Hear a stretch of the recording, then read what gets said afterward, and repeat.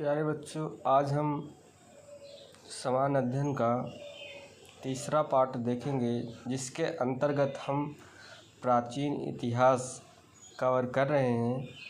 2 भाग हम पहले ही कवर कर चुके हैं। ये हमारा तीसरा भाग है, जो कि वनडे एग्ज़ाम के लिए बहुत महत्वपूर्ण है, विशेष करके पेट जैसे एग्ज़ाम के लिए। तो आइए देखते हैं। मौर्य प्रशासन की इकाई। तो जो मौर्य प्रशासन था, जो साम्राज्य था पूरा, वो बटा हुआ था किसमें? प्रांत में। अब प्रांत किसके द्वारा नियंत्रित होता था? उपराजा द्वारा। प्रांत किस में बटा हुआ था? मंडल में। मंडल के जो मुख्य अधिकारी होता था, उसे किसके क्या कहा जाता? प्रदेष्टा द्वारा। उसके बाद मंडल जो है आहार या विषय में बटे हुए होते थे, तो विषयपति द्वारा नियंत्रित होता था। और जो ये विषय है स्थानीय लोगों में विभाजित था। 800 ग्रामों का समूह कहलाता था। उसके बाद स्थानीय जो था द्रोणमुख से बना हुआ था, जो कि 400 ग्रामों का समूह था। खारवटिक इसी प्रकार 200 ग्रामों का समूह था। संग्रहण 10 ग्रामों का समूह था। ग्राम सबसे छोटी इकाई थी। मौर्य काल के महत्वपूर्ण पदाधिकारी जैसे अकरा अध्यक्ष, खान विभाग का अध्यक्ष। खान जो अकरा अध्यक्ष होता था, वो खान विभाग का अध्यक्ष था। लक्षणा अध्यक्ष टकसाल विभाग का अध्यक्ष था। पौतवा अध्यक्ष तो माप तौल विभाग का अध्यक्ष। इसको ऐसे याद करते थे, पोता माप तौल करता था। सीता अध्यक्ष कृषि विभाग का अध्यक्ष। विविता अध्यक्ष चारागाहों व पशु सुरक्षा अध्यक्ष था। सूना अध्यक्ष बूचड़खाने का अध्यक्ष होता था। पर्णा अध्यक्ष था, वाणिज्य एवं व्यापार विभाग का अध्यक्ष था। अब हम देखते हैं, केंद्रीय प्रशासन के प्रत्येक विभाग का प्रमुख तीर्थ के नाम से जाना जाता था, जिनकी संख्या 18 थी। अब इस प्रकार थे। जो प्रधानमंत्री था, उसे पुरोहित बोला जाता था। युवराज राजा को उत्तराधिकारी को युवराज कहा जाता था। राजस्व मंत्री समाहर्ता को राजस्व मंत्री कहा जाता था। सन्निधाता कोषाध्यक्ष, सेनापति सैन्य मंत्री, प्रदेष्टा फौजदारी न्यायालयों का न्यायाधीश होता था। व्यवहारिक दीवानी न्यायालयों के न्यायाधीश, दंडपाल सैन्य संसाधन एकत्र करने वाला, अंतपाल सीमांत प्रदेशों के दुर्गों की देखभाल करने वालों को अंतपाल कहा जाता था। कार्मांतिक उद्योग मंत्री को कहा जाता था। दुर्गपाल देश के भीतर दुर्ग की देखभाल करने वाला प्रमुख। इसके बाद नागरिक नगरों की व्यवस्था का प्रमुख। प्रशासता राजकीय दस्तावेजों को सुरक्षित करने वाला प्रमुख। दवारिक राजप्रसादों का अधिकारी। अंतर्वशिक राजा की निजी अंगरक्षक सेना का प्रमुख होता था। आटविक वन विभाग का प्रमुख। मंत्रिपरिषद अध्यक्ष मंत्रिपरिषद का प्रमुख। नायक सेना का संचालन करता।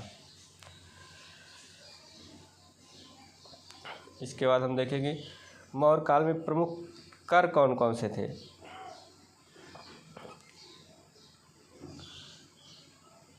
तो जो सैनिकों का शुल्क था, उसे गुल्मदेह कहा जाता था। गांव पर जो कर लगाया जाता था, उसे पिंड कर कहा जाता था। भूमि पर कर जो लगाया जाता, भाग कहा जाता था। धार्मिक उपकर को बलि कहा जाता था। आपातकालीन कर को प्रणय कहा जाता था। नगद कर को हिरण कहा जाता था। बेगार को विष्टि कहा जाता था। सिंचाई कर को उदय भाग कहा जाता था। इस प्रकार के कर थे। गुजरात के गिरनार में स्थित सुदर्शन झील का निर्माण व मरम्मत से संबंधित प्रांतपति व शासक। तो संबंधित प्रांतपति व शासक कौन थे? चंद्रगुप्त मौर्य।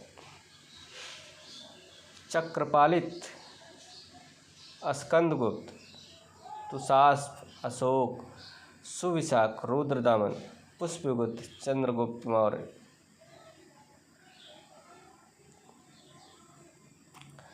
आइए संक्षेप में देखते हैं। संगम युग। संगम युग में तमिल क्षेत्र के 3 राज्य चोल, चेर तथा पांड्य का शासन था। पांड्य राजाओं के संरक्षण में 3 संगम का आयोजन हुआ। प्रथम संगम मदुरै में हुआ था। इसके अध्यक्ष अगस्त्य ऋषि थे। संकलन वर्तमान में एक भी ग्रंथ उपलब्ध नहीं है। द्वितीय का पाटपुरम में हुआ था। इसके अध्यक्ष अगस्त्य ऋषि तथा तोलकाप्पियर थे। एकमात्र ग्रंथ तोलकाप्पियम उपलब्ध है। तृतीय मदुरै में हुआ था, जो इसके अध्यक्ष नक्कीरर थे। संकलनकर्ता कोई ग्रंथ उपलब्ध नहीं है। तो संगम युग में जो प्रशासनिक विभाजन था इस प्रकार से था। प्रांत था, उसे मंडलम कहा जाता था।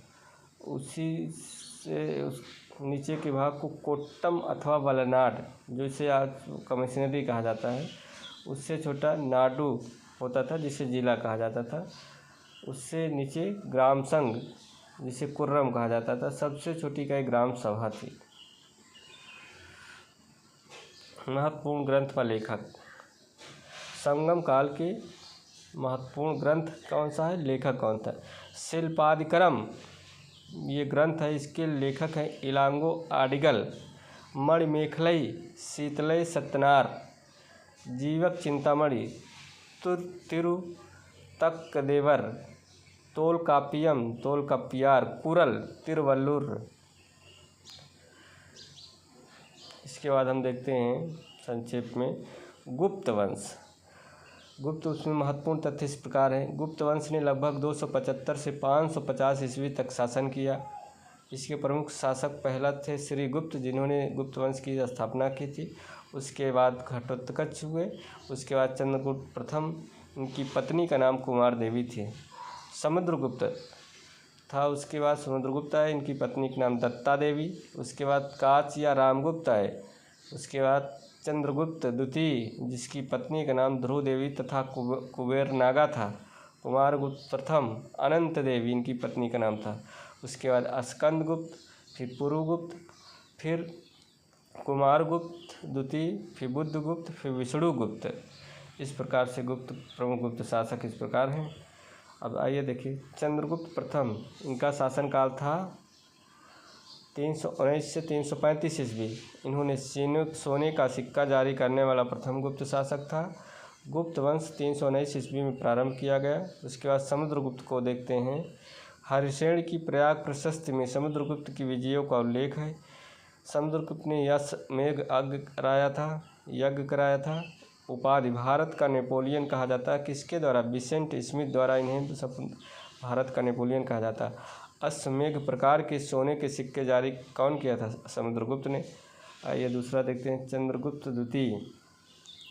मेहरौली लौह स्तंभ का संबंध चंद्रगुप्त द्वितीय से है। चंद्रगुप्त द्वितीय ने विक्रमादित्य की उपाधि धारण की थी। रजत सिक्का जारी करने वाला प्रथम गुप्त शासक कौन था? चंद्रगुप्त द्वितीय। चंद्रगुप्त द्वितीय के समकालीन चीनी यत्र फाह्यान था, पूछा जाता है। चंद्रगुप्त द्वितीय के दरबार। चंद्रगुप्त द्वितीय के दरबार के नवरत्न इस प्रकार हैं। छपड़क, जो कि फलित ज्योतिषी था। वररुचि, व्याकरण के मतलब क्या थे।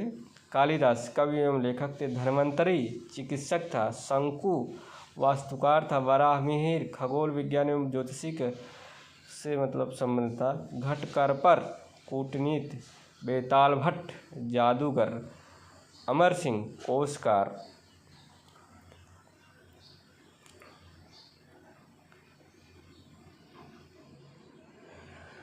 स्कंदगुप्त ने हूणों को अंतिम रूप से पराजित किया था। तो पूछा जाता है हूणों का आक्रमण किसके समय हुआ था? स्कंदगुप्त के समय। गुप्तकालीन महत्वपूर्ण अभिलेख इस प्रकार हैं। कुमारगुप्तकालीन के समय के धनदय, जो कि ताम्रपत्र है, बांग्लादेश में स्थित है। बैग्राम या ताम्रपत्र, बोगरा, बांग्लादेश में। दामोदर ताम्रपत्र, दिनाजपुर, बांग्लादेश में।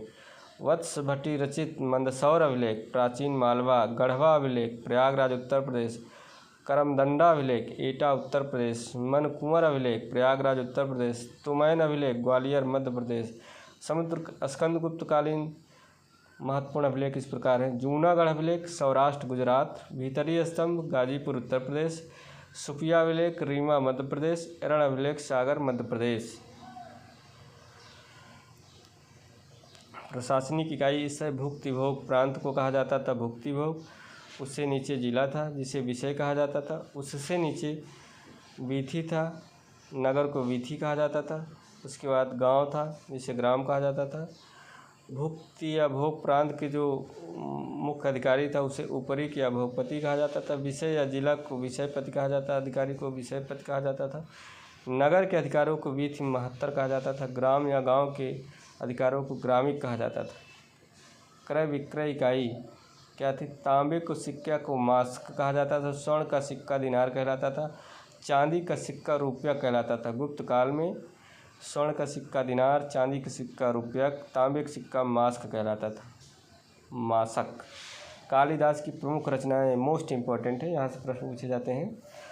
कुमार संभव महाकाव्य की रचना कुमार संभव ने किया था। महाकाव्य है रघुवंश। रघुवंश की रचना कालिदास ने की थी जो कि एक महाकाव्य है। इसी प्रकार कुमार संभव कालिदास की रचना है जो कि एक महाकाव्य। मालविकाग्निमित्रम कालिदास की प्रमुख नाटक है। विक्रमोर्वशीय कालिदास का नाटक है। अभिज्ञान शाकुंतलम कालिदास का नाटक है। मेघदूत खंड काव्य है। ऋतु संहार खंड काव्य कालिदास के द्वारा रचित खंड काव्य है। ऋतु संहार मेघदूत और ऋतु संहार खंड काव्य है। और मालविकाग्निमित्रम विक्रमोर्वशीयम अभिज्ञान शाकुंतलम नाटक है। कुमार संभव रघुवंश महाकाव्य है। गुप्तकालीन प्रमुख मंदिर इस प्रकार हैं। सिरपुर का लक्ष्मण मंदिर महासमंद छत्तीसगढ़ में। देवगढ़ का दशावतार मंदिर ललितपुर में स्थित है। घुमरा का मंदिर नागौद मध्य प्रदेश में। नचना कुठार का पार्वती मंदिर पन्ना मध्य प्रदेश में स्थित है। तिगवा का विष्णु मंदिर जबलपुर मध्य प्रदेश में। भीतर गांव का कृष्ण मंदिर कानपुर उत्तर प्रदेश। वर्धन वंश संस्थापक पुष्यभूत, प्रमुख शासक इसके थे हर्षवर्धन। पुष्यभूत नरवर्धन, राजवर्धन प्रथम, आदित्यवर्धन, प्रभाकर वर्धन, राजवर्धन द्वितीय, हर्षवर्धन। हर्षवर्धन के बारे में देखते हैं। इनका शासनकाल 606 से 647 ईस्वी। पिता प्रभाकर वर्धन, माता यशोमती, उपनाम शीलादित्य, उपाधि सकलोत्तर पथनाथ, रचनाएं प्रियदर्शिका, रत्नावली, नागानंद। राजधानी कन्नौज या महोदयाश्री पहले थानेश्वर थी। ऐहोल अभिलेख के अनुसार हर्ष और पुलकेशिन द्वितीय के मध्य लड़े गए युद्ध में पुलकेशिन द्वितीय विजयी रहा। चीनी यात्री ह्वेनसांग का काल 629 से 645 ईस्वी। यात्रा विवरण सी युकी नामक ग्रंथ में हर्ष की राजधानी कन्नौज में आगमन 636 ईस्वी में आता है। इसके बाद देखते चालुक्य वंश। दक्कन में वाटाकों के पश्चात बादामी या वातापी के चालुक्य सत्ता में आए। बादामी के चालुक्य, वेंगी के चालुक्य संस्थापक विष्णुवर्धन प्रथम। कल्याणी के चालुक्य संस्थापक तैल द्वितीय। बादामी के चालुक्य संस्थापक जयसिंह। वास्तविक संस्थापक पुलकेशिन प्रथम।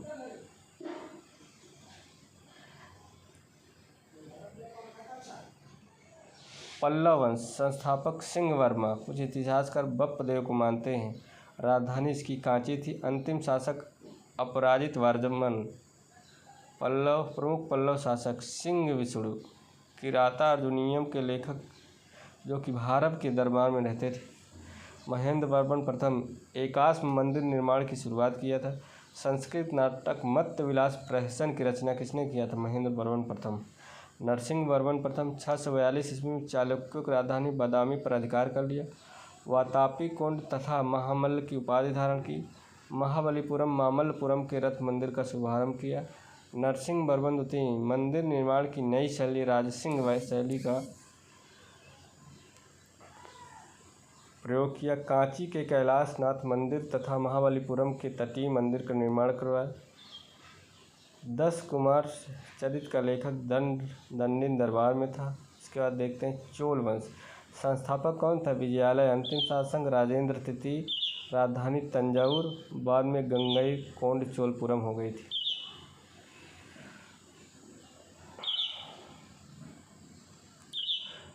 प्रमुख चोल शासक परांतक प्रथम पल्लवों का पूर्ण उन्मूलन किया। उपाधि मदुरई कोंड की। 949 ईस्वी में तकुल्लम का युद्ध लड़ा। राष्ट्रकूट कृष्ण शासक त्रिशि से हुआ, जिसमें परांतक प्रथम पराजित हुआ। राजराज प्रथम तंजावुर में बृहदेश्वर या राजराजेश्वर मंदिर बनवाया। राजेंद्र फर्स्ट गंगा जल लाने हेतु पाल शासक महिपाल तथा पूर्वी गंग शासक के पराजित कर गंगईकोंड की उपाधि धारण किया।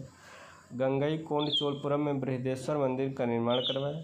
कुलोत्तुंग द्वितीय चिदम्बरम नटराज मंदिर से गोविंदराज की मूर्ति को हटाकर समुद्र में फेंकवा दिया था। चोल प्रशासन की विशेषता ग्राम प्रशासन की स्वायत्तता, गांवों की गतिविधियों की देखरेख हेतु समितियों की स्थापना किया, जिसे वारियम कहा जाता था। प्रमुख समितियाँ थी चोल शासन में। एरिवारियम तालाब समिति, तोट्टवारियम उद्यान समिति, उदासीन वारियम विदेशियों की देखरेख हेतु, पोन वारियम स्वर्ण समिति। ये इंपॉर्टेंट समितियां हैं, पूछा गया प्रश्न है। तोट्टवारियम उद्यानपति, एरिवारियम तालाब, पोन वारियम स्वर्ण समिति, उदासीन वारियम विदेशियों की देखरेख होती। साथियों, इसके आगे हम अगले भाग में देखेंगे। बहुत बहुत धन्यवाद।